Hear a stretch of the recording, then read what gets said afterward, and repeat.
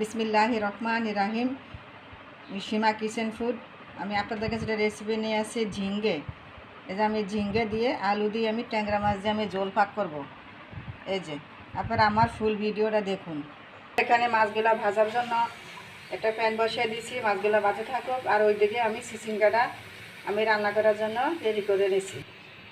এই ঝিঙ্গাগুলো রান্না করার জন্য এখানে আমি কিছু পরিমাণে আমি সয়াবিন তেল দিয়ে দিলাম, দিয়ে দিয়েছি পরিমাণ মতন পেঁয়াজ। পেঁয়াজটা একটু কালার হয়ে আছে, তাই এখানে আমি 1 চামচ পরিমাণ আদা বাটা দিলাম, দিয়েছি 1 চামচ পরিমাণ হলুদ জিরার গুঁড়া ধনার গুঁড়া একসঙ্গে আমি দিয়ে দিলাম। ওটা না পুড়ে যায় তাই এখানে আমি কিছু পানি দিয়ে দিলাম। দিয়েছি 1 চামচ পরিমাণ হলুদের গুঁড়া, 1 চামচ পরিমাণ মরিচের গুঁড়া, পরিমাণ মতন লবণ।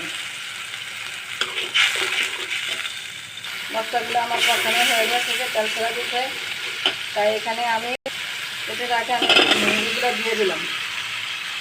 ঝিঙ্গেগুলো এখানে আমি প্রায় 20 কিলো মতন কষিয়েছি, এখন আমি পরিমাণ মতন আমি পানি দিয়ে দিলাম। ঝিঙ্গের তরকারিটা হয়ে গেছে, তাই এখানে আমি এই যে মাছগুলো একে একে আমি সবগুলো আমি ট্যাংরা মাছগুলো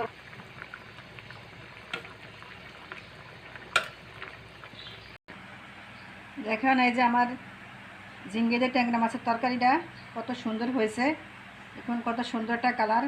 প্লিজ আমার ভিডিওটা যদি ভালো লেগে থাকে আমার চ্যানেলটাকে লাইক কমেন্ট করুন, নতুন হয়ে থাকলে সাবস্ক্রাইব করুন। আল্লাহ হাফেজ।